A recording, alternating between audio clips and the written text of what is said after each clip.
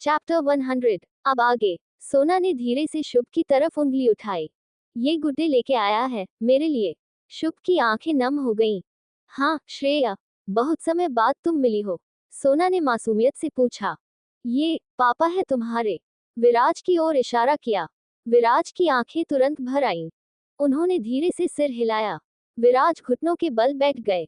हाँ बेटा, मैं तुम्हारा पापा हूँ। सोना ने 2 सेकंड सोचा, फिर बोली, लेकिन मेरे पापा तो अक्ष पापा हैं ना। सबकी सांसें अटक गईं। अक्ष भी हकबका गया। सोना मासूम हंसी। वो मेरा हीरो के पापा है, तो वही मेरे पापा भी है। सबके चेहरे खिल गए। थोड़ी हैरानी, थोड़ी हंसी और बहुत सारा प्यार। नेहा आ गया, बोली, सोना बेटा, अक्ष तुम्हारा पापा नहीं है। विराज की ओर इशारा कर बोली, ये है तुम्हारे पापा। सोना गिफ्ट्स खोलने में लगी थी। शुभ उसे देखकर खुश हो रहा था और अन्वी दीवार से टिककर उसे देख रही थी।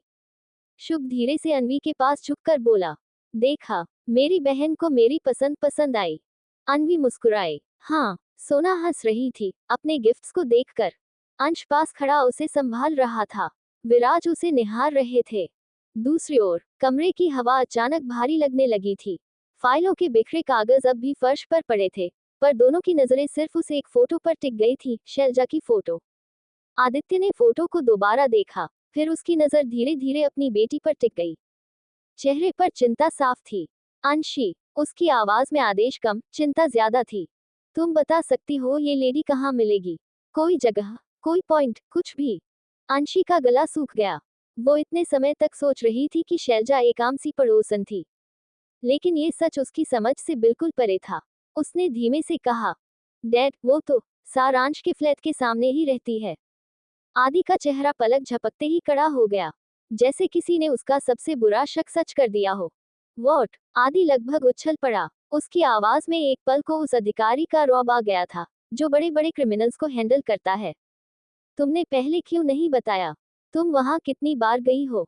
वो तुमसे कब मिली? उसने क्या कहा? सारांश, क्या उसको किसी बात पर शक है? उसके सवाल तेजी से बरसने लगे। अंशी एक पल को झिझक गई। डैड, वो तो 2-3 बार ही मिली है। बहुत नॉर्मल लगी थी। बस हल्की सी स्माइल, हल्की बात, किसी भी घर की औरत जैसी। मुझे कैसे पता चलता कि वो? आदि ने उसकी बात काट दी। तुम इससे दूर रहोगी, समझी? बिल्कुल दूर। ये स्त्री खूबसूरत है, शांत है, सभ्य है, लेकिन इसी आवरण के पीछे वो और भी खतरनाक हो जाती है। ऐसे लोग अपने शिकार को देखकर पहचान जाते हैं कि सामने वाला कितना समझदार है। और अगर उसने तुम्हें नोटिस कर लिया। उसने वाक्य अधूरा छोड़ दिया, लेकिन जो नहीं कहा गया, वही अंशी को सबसे जोर से सुनाई दिया। उसके गले में एक डर का गोला उभर आया। डैड, क्या क्या वो मुझे नुकसान पहुंचा सकती है? आदि कुछ सेकंड चुप रहा। पिता बोलना चाहता था नहीं, लेकिन अधिकारी जानता था सच इतना सरल नहीं।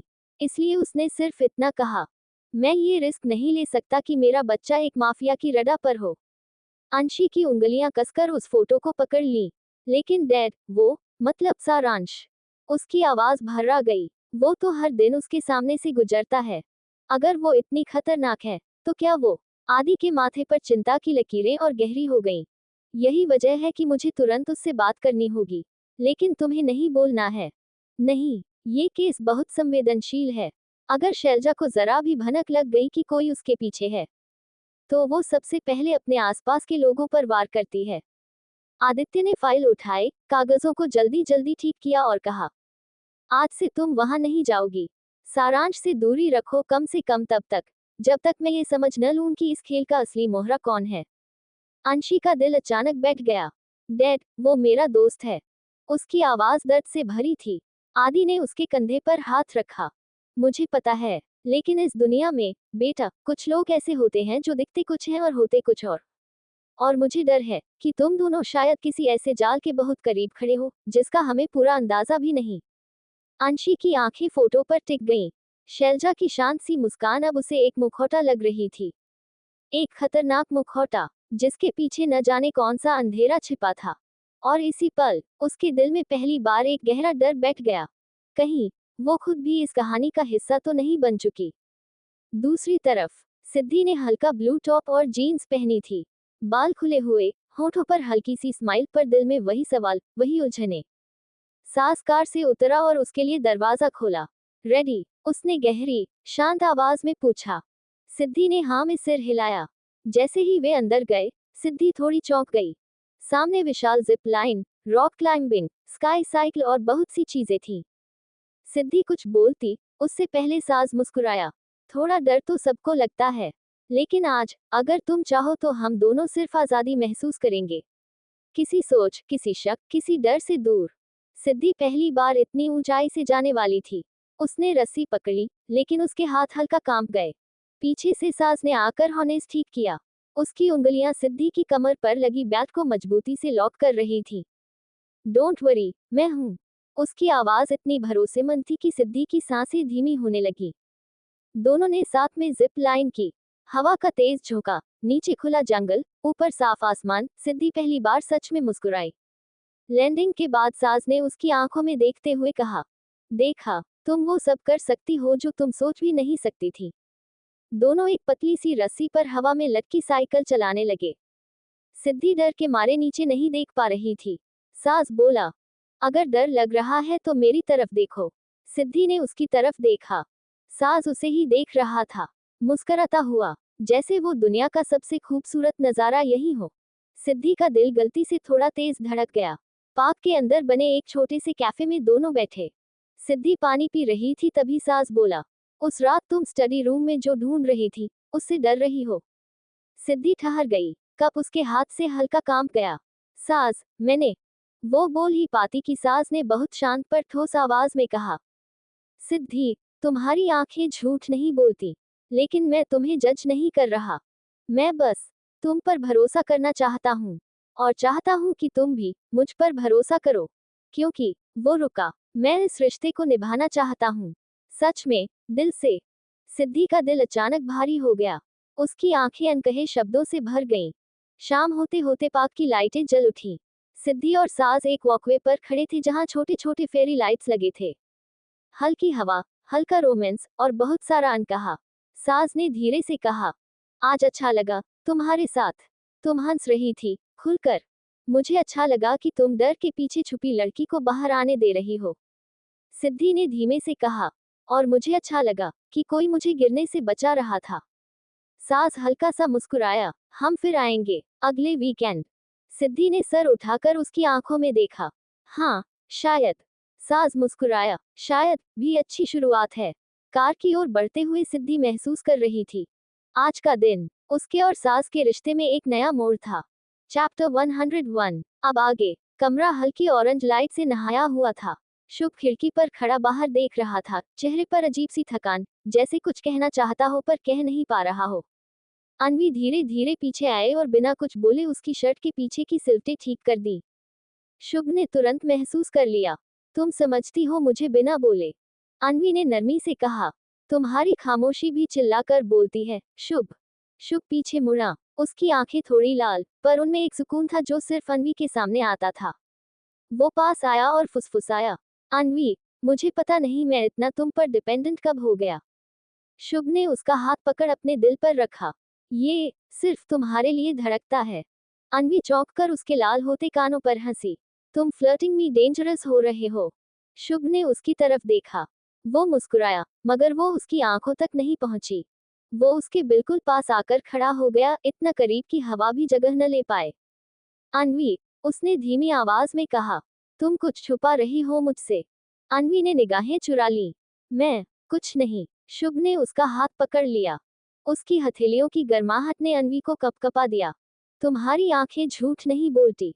वो फुसफुसाया, और मैं तुम्हारी आंखों को पूरी दुनिया से ज्यादा जानता हूँ। अन्वी की सांस अटक गई। वो पल भर के लिए कांप गई, जैसे उसके सारे इमोशन सतह पर आ गए हों। शुभ ने उसकी ठुड्डी हल्के से उठाई। अन्वी, तुम मुझसे दूर क्यों जा रही हो? कोई वजह है? अन्वी की आंखों में हल्की नमी आ गई। शुभ, मुझे डर लगता है। डर, मुझसे, तुमसे नहीं। उसकी आवाज कांप गई, तुम्हें खोने से। कभी कभी लगता है, मैं बस तुम्हारी जिंदगी का एक हिस्सा हूँ, जरूरत पड़ने पर बदल जाने वाला। शुभ का दिल जैसे किसी ने कसकर पकड़ लिया हो। वो झटके से उसके और करीब आ गया। अन्वी, तुम मेरे लिए रिप्लेसेबल नहीं हो। तुम मेरी हैबिट हो, मेरा पीस हो, मेरा होम। अन्वी ने उसकी आंखों में देखा, पहली बार बिना डर के। शुभ, तुम इतनी कैर क्यों करते हो? शुभ हल्के से हंसा और फुसफुसाया। इसलिए, क्योंकि मैं तुमसे प्यार करता हूँ, अन्वी। बहुत ज्यादा। जैसे ही शब्द हवा में तैरकर रुके, अन्वी का दिल धड़कना भूल गया। उसके होंठ थोड़े खुले रह गए। क्या वो बस यही कह पाई? शुभ ने दोनों हाथों से उसका चेहरा थाम लिया। हाँ, प्यार करने लगा तुमसे, पता नहीं कब हुआ। लेकिन अब तुम्हारे बिना कुछ अच्छा नहीं लगता। अन्वी की आंखें भर आईं। वो फुसफुसाए, शुभ, मैं भी। शुभ ने हौले से पूछा, तुम भी? अन्वी ने कांपती आवाज में कहा, मुझे भी शुभ, तुम्हारी आदत हो गई। बस अगले ही पल, शुभ ने उसे अपनी बाहों में कसकर खींच लिया। जैसे सालों की दूरी, सालों के डर एक झटके में खत्म हो गए हों। अन्वी उसका दिल अपनी धड़कन से सटा महसूस कर रही थी। उसने उसकी शर्ट को मुट्ठी में भींच लिया। शुभ, मुझे कभी छोड़कर मत जाना। शुभ ने उसके बालों में चेहरे को छुपाते हुए कहा, ए फ्लैट तो जिंदगी भर तुमसे चिपका रहना है। अन्वी हंस दी, हल्की सी, शर्मीली सी। और तभी, शुभ ने उसके माथे पर एक लंबी, ठहरी हुई किस की। दुनिया को चुप करा देने वाली।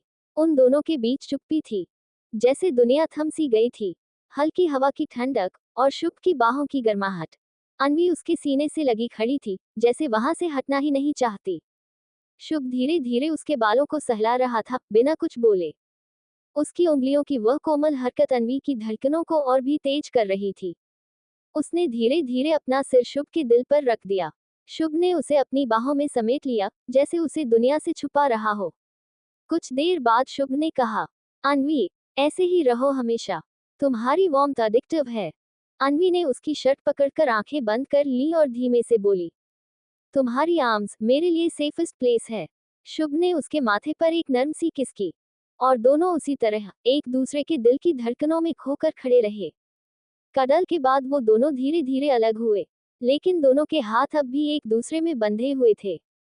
अन्वी ने शुभ की तरफ देखा, शुभ उसकी तरफ, और एक पल के लिए दोनों की सांसें एक दूसरे में उलझ गईं।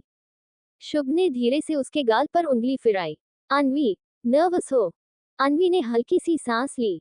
थोड़ा, पर तुमसे डर नहीं लगता? शुभ का दिल पिघल गया। वह और करीब आया। अन्वी की आंखें अपने आप बंद होने लगी। शुभ ने उसके चेहरे को दोनों हाथों से थामा। सब कुछ इतना धीमा, इतना कोमल था कि समय रुक गया। उसने पहले अन्वी के माथे को चूमा, फिर उसकी नाक के पास, और आखिर में उसके होठों पर एक बहुत ही हल्की, बहुत ही नाजुक किस की। जैसे पूछ रहा हो, क्या ये ठीक है? अन्वी ने उसकी शर्ट पकड़कर धीरे से उसे और पास खींच लिया। वो किस ज्यादा देर नहीं चली, पर उतनी गहरी थी जितनी जरूरत थी। चैप्टर 102। अब आगे। रात के सन्नाटे में कमरा आधा अंधेरा था। खिड़की से आती चांदनी बिस्तर पर पड़कर हल्की चांदी सी परत बना रही थी। शुभ गहरी नींद में था, अपनी उसी मासूम, निश्चल शांति में लिपटा हुआ, जैसे दुनिया की कोई चिंता उसके पास पहुंच ही न पाती हो। अन्वी उसकी बाहों में थी। उसका सिर शुभ के सीने पर टिका था, यही जहां शुभ का दिल बिल्कुल स्थिर, भरोसे से धड़कता था। पर उसकी अपनी आंखों में नींद नाम की चीज नहीं थी। वह धीरे धीरे अपना चेहरा ऊपर उठाकर शुभ को देखने लगी। शुभ की पलकों पर नींद ठहरी थी। उसकी सांसें शांत थी, और उसके चेहरे पर वही मासूम मुस्कान जो हर बार अन्वी की सारी दीवारें गिरा देती थी। उसे अचानक लगने लगा कि वह इस व्यक्ति को खो नहीं सकती, कभी नहीं। और इसी एहसास ने उसकी आंखें नम कर दी। अन्वी ने थरथराती उंगलियों से शुभ का हाथ थामा। उसकी उंगलियां शुभ की उंगलियों में बिल्कुल सहजता से फंस गईं, मानो सालों से इसमें रहने के लिए बनी हो। दिल में उठती हल्की टीस के साथ उसने मन ही मन कहा, सुबह, मुझे मेरा काला, गहरा अटीक जान के बाद भी ऐसा हाय पकड़ के रखना। मत बदलना, मत दूर जाना। मैं तुम्हारे बिना सच में नहीं रह पाऊंगी। उसके आंसू शुभ की शर्ट पर एक छोटी सी नमी छोड़ गए। कुछ इतने चुपचाप कि शायद अगर कमरा इतना खामोश न होता, तो वे भी सुनाई न देते। शुभ नींद में थोड़ा सा हिला, और जैसे किसी अनजाने एहसास से, उसने अपने हाथ से अन्वी को और करीब खींच लिया। बिल्कुल नींद में, बिना जाने कि वह क्या कर रहा है। लेकिन उसके इस सहज स्पर्श में इतना भरोसा था कि अन्वी की सांस अटक गई। वह मुस्कुरा दी, एक दर्द भरी, लेकिन प्यार में डूबी मुस्कान। रात हवेली में काफी आगे बढ़ चुकी थी। सभी लोग अपने अपने कमरों में जा चुके थे। डाइनिंग हॉल की लाइटें बंद थीं, बस लंबे गलियारों में लगी पीली लाइटें हल्की सी चमक दे रही थीं। आशी अपने कमरे की बड़ी सी खिड़की के पास खड़ी थी। पर्दे हवा में उड़ रहे थे और चांद की रोशनी कमरे में फैल रही थी। लेकिन उसके चेहरे पर रोशनी नहीं, चिंता के बादल थे। करण पीछे से आया, उसके कंधों पर हाथ रखा। सोई नहीं अभी तक? उसने धीमी आवाज में पूछा। आशी जैसे उसके स्पर्श से ही टूट गई। धीरे से घूमी और उसके सीने से लगकर सिर टिका दिया। शायद यही उसकी सुरक्षित जगह थी। यही वो जगह जहां वो न डरती थी, न टूटती थी, बस खुद बन जाती थी। करण ने उसकी पीठ पर हाथ फेरा। क्या हुआ? फिर से वही बात सोच रही हो? आशी ने हाँ में सिर हिला दिया। आवाज बमुश्किल निकली। करण, मुझे लगता है अब और देर नहीं करनी चाहिए। हमें शुभ को सच बता देना चाहिए। करण शांत था, पर उसकी आंखों में चिंता की हल्की परछाई आ गई। कौन सा सच? आशी ने गहरी सांस ली। अन्वी के बायोलॉजिकल पेरेंट्स का सच। आशी करण के सीने से लगी थी, पर उसकी आवाज कांप रही थी। करण, मैं नहीं चाहती हमारी बेटी किसी भी झूठ के सहारे अपनी जिंदगी जिए। आज वो खुश है, सुरक्षित है। और लेकिन अगर शुभ को ये किसी तीसरे से पता चला, वो खुद को कैसे महसूस करेगा? उसे कितना बुरा लगेगा कि हमने इतना बड़ा सच बताया ही नहीं। करण चुप रहा, क्योंकि सच वही था जो आशी कह रही थी। करण ने उसके माथे को चूमा और बोला, आशी, जो भी हो, हम तीनों साथ हैं। अतीत कितना भी काला हो, हमारी बेटी की जिंदगी सिर्फ उजली होगी। मैं वादा करता हूँ। आशी की आंखों से आंसू गिरने लगे। करण ने उन्हें अपने अंगूठे से पोंछा। अब रो मत, कल सुबह हम शुभ को बुलाएंगे और शांति से, प्यार से ये बात बताएंगे। आशी ने सिर हिलाया, उसकी आंखों में डर कम और हिम्मत ज्यादा था। आशी ने धीमे से पूछा, करण, एक बात बताओ। क्या क्या शुभ के मन में कुछ बदल जाएगा? अन्वी के लिए? कहीं कहीं वो उसे अलग न समझने लगे। करण ने तुरंत उसका चेहरा पकड़कर कहा, शुभ दिल से मजबूत लड़का है। अगर वो अन्वी से सच में प्यार करता है, तो उसके लिए ये सच मायने नहीं रखेगा कि अन्वी किस पेट से पैदा हुई है। उसके लिए तो मायने रखता है। अन्वी सेहरावत है, हमारी बेटी है, और उसका प्यार है। अन्वी का उस शख्स से कोई लेना देना नहीं है, वो सिर्फ हमारी और सुहाना भाभी की बेटी है। आशी की आंखों में पहली बार सुकून आया। करण उसे फिर अपने सीने से लगा लेता है। आशी की सांसें स्थिर होने लगती हैं। उसका सिर उसके दिल की धड़कनों पर टिका हुआ है। चांदनी कमरे में गिर रही है। बाहर रात पूरी तरह शांत है। अंदर दो लोग, एक माँ और एक पिता, अपनी बेटी के लिए सबसे बड़ा फैसला ले रहे हैं। एक सच, जो एक परिवार को मजबूत कर सकता है या तोड़ सकता है। लेकिन वे दोनों जानते थे, सच जितना भी भारी हो, उसे मिलकर उठाने वाले कंधे और दिल अगर सच्चे हों, तो कोई रिश्ता नहीं टूटता। देविका अपने कमरे में अकेली थी, मगर उसके अंदर इतनी खुशी, इतनी हल्की सी तितलियां फड़फड़ा रही थी कि कमरा भी मानो मुस्कुरा रहा था। आज वो सचमुच झूम रही थी, पैरों में पायल न होते हुए भी उसके कदमों में संगीत था। जिंदल फैमिली, उसकी फैमिली, सब मान गए थे, सबसे ज्यादा उसकी माँ, जिसका न देविका के दिल पर हमेशा सबसे भारी पड़ता था। आज वही माँ उसकी शादी के लिए राजी हो गई थी। देविका ने अपने कमरे की हल्की सी रोशनी में खुद को आईने में देखा। उसकी आंखों में वही चमक थी जो किसी छोटे सपने के पूरा होने पर नहीं, बल्कि जिंदगी भर के सपने के सच हो जाने पर आती है। उसका दिल बार बार एक ही बात कह रहा था, फाइनली, मेरा वेद मेरे साथ है। वो ख्यालों में घूमती, कभी मुस्कुराती, कभी अपने गालों को हाथ से छू कर देखती कि कहीं ये सपने जैसा तो नहीं। उसने आईने के सामने खड़े होकर अपनी ही परछाई से फुसफुसाया। मम्मा भी मान गई, दैवी का सपना सच हो गया। वह अचानक बालों को पकड़कर उछलने लगी, बिस्तर पर गिरकर तकिए को गले लगा लिया, फिर उठकर खिड़की की तरफ भागी। बाहर की हवा रात की मीठी ठंडक लिए हुए थी, और देविका ने अपने सीने पर हाथ रखकर धीरे से कहा, अब सब ठीक है, सब मेरी तरफ है, और सबसे बढ़कर वेद मेरे साथ है। उसकी हल्की सिलवटें और चांद की कोमल रोशनी उसके चेहरे पर पड़ रही थी, मानो आसमान भी उसकी खुशी का जश्न मना रहा हो। आज देविका सचमुच पूरी दुनिया की सबसे खुश लड़की थी।